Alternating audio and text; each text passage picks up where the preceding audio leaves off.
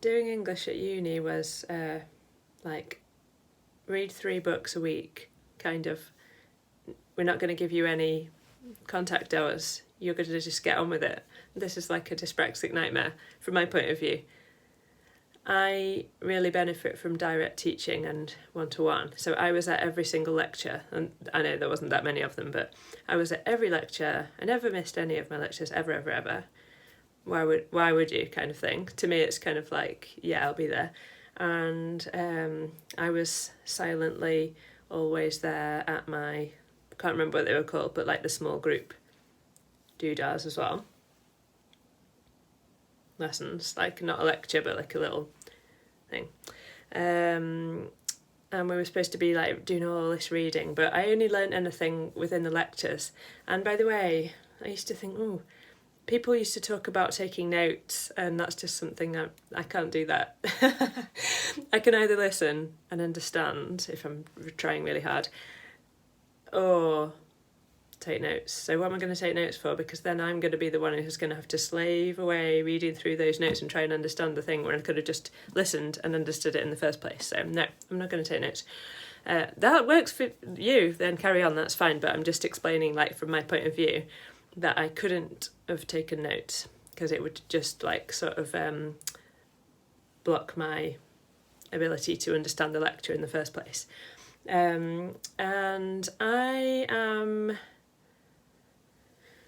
I don't want to say I'm the world's slowest reader, because in a literal sense I'm sure that's not true, but I read really slowly, and it's part of my dyspraxia. Part of it, I can't explain every single aspect of it because there's probably a lot at play, but like when we read something, we struggle with eye tracking. In fact, I don't know if this is part of why I struggle with reading a book, but this is why we struggle with copying from a board. Because we look, let's say when we were back at school, we would look at the board and then we would look down to write the thing that we were supposed to be copying from the board, but then we might have just forgotten it. And then when we look up again, we have to try and find where we were up to. And then look down. And like every time we shift the gaze, it's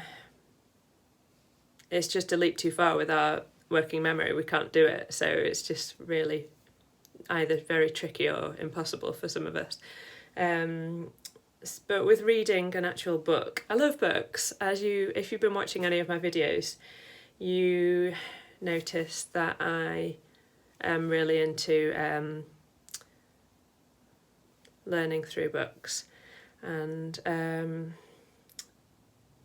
I am one of those people who, I'm kind of a typical English student in the sense that I used to stay up at night after everyone's gone to bed under the covers and read when I'm supposed to be asleep, and I like passing time that way. But so I'm very slow. So if I am reading something, I can sort of like keep trying to read it, obviously. My eyes are sort of like following where I'm supposed to be up to, but then I could just suddenly notice that I haven't understood any of it yet, and then I have to go back to the beginning of that sentence or the beginning of that paragraph or the beginning of that page and just try again. So it's like, it's such a like ultra conscious effort.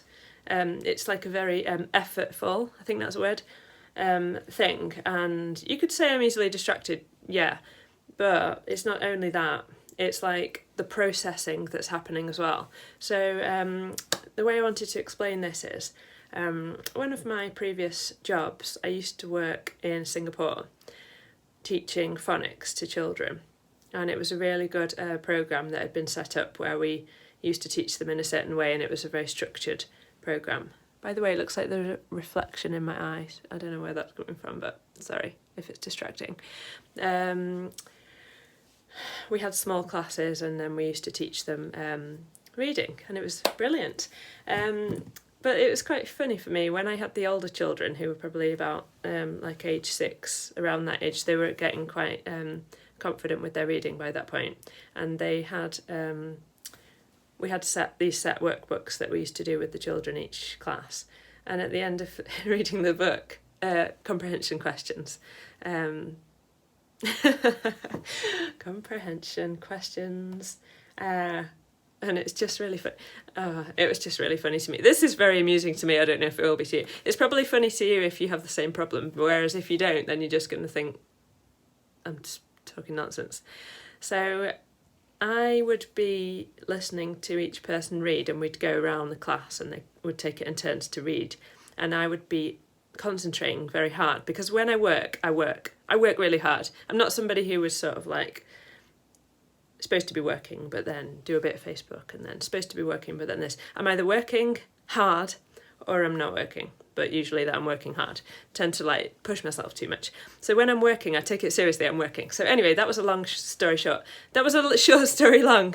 I was having them read one by one, and the point I'm trying to make is that I was listening and I was focusing, because I was the teacher and I was like checking whether they read it correctly, and then whether they needed to like repeat that sentence or whatever, because it was the phonics of like them being able to pronounce it properly and read it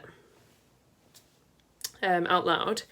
And then at the end, like, what did Henry have for supper or something, question one. They had to put their hands up, and quite a lot of them would put their hand up, but I didn't actually know the answer, so I'd have to quickly, like, even though I was listening, this is what I mean, I was definitely listening, but I don't know the answer, because processing and understanding something, even at a level of like a children's book or story, it's not part and parcel of like of the reading. It's like an extra additional thing that I have to work extra hard on. So if I would just have to flick back and like find out, oh, what did Henry have to quick, because they already know, but they've got their hands up, and I need to sort of like give someone a chance to answer the question. But I don't know, unless I go back and refer to it. And I think that's linked to the memory as well, because even if I did know, it depends on the question. If the comprehension question would be something like, how many apples did Henry eat? That's the working memory issue as well, on top of the comprehension of whether I processed the information in the first place. So then I don't know, even if I did pay attention and he ate 4 apples, I wouldn't be able to remember it.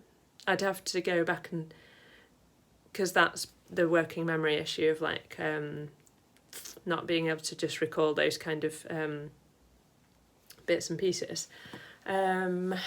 So when I was at uni, back to this, when I was at uni, we had to read 3 books a week, so that was never going to happen for me. But like I said, I like reading. Obviously, I was there for a reason, and I wanted to study English. But I had to read a set book of David Copperfield by, what's his name? Charles Dickens. Sorry. I forgot his name then. That would have been embarrassing. Yeah, so I had to read David Copperfield, and I absolutely loved it. And I kept on trying to read it. But to everybody else, I don't know if they read it or if they sort of skim read it or whatever. Wow, good on them. But to me, it was like, right, David Copperfield, it's going to be like read, and we're going to discuss it, and then we're going to move on. And it's sort of like within a week. I mean, I guess they're assuming that you've read a lot of these before you start the course in the first place. But also people could just apparently skim and then get an idea of the book or read the York Notes or something. But for me, it was like 2 years later, further along in the course, and I still had this David Copperfield, and I was still trying to read it. That was on like chapter 3 or something, because I've never finished it. It's so sad for me, because I love it. That's the thing. I love these kind of detailed, the authors that write in a very detailed way, like Henry Fielding, and it's so rich. And the way it's written is very vivid, and I absolutely love it. But every single sentence, it's like I read it and I absorb it and I understand it, and I'm concentrating, unless I'm not, and then I have to do it again. So it's such a focus, and I'm very good at like hyper-focus, but you can't sort of like maintain that and read a whole book because, well, I don't know, maybe it's just the speed that I'm doing it. So I've never read David Copperfield. I don't know what happened. I don't really know what it was about. And that's a bit sad. And David Copperfield. I think the Harry Potter actor might have been in a version of it on telly once, and it was hilarious. He was amazing. But forgive me if I got my wires crossed, because yes, as I keep saying, I do have memory problems. And by the way, there was another thing I wanted to say about the memory side of things. Let me just wait for it to come back. Memory, something about uni, something about books. Oh yeah. I don't know if this was it, but if I read something, I would then, even if I did process and understand it, then I would forget about what it said. I could learn a lesson from it, and that is internalised, but I wouldn't be able to tell you what it was about or what it said, even if I read and enjoyed it. So this happens with books and films and anything else really. So it's like, or maybe just any experience in general. So even if I am able to process it, even if I am able to process it, then I might not realise I've already read it. So like with films, what happens is that I could watch something. I don't really watch films these days, but in the past, if I could have watched a film but then not realised I watched it, and then I'll watch a film, and then at the end, when I've been watching for about 2.5 hours, then I used to go, hang on, this is like a tiny bit familiar, have I seen this? And then it would turn out, someone would tell me like, you watched this last, I don't know, however long ago. But it's just like it never happened. It hasn't gone into my memory, or it's not like retrievable for me. So even though I enjoyed it, yeah, there's so many things I want to say about this now. Now I'm going on too long. Maybe I can just leave it there for the reading. Yeah, I mean, I can always do more videos about memory. It looks like I've got a lot to say about that. So how can I summarise? I am very slow. And it's not because I'm not trying. That's probably a lot of the summaries of these videos. All right, bye.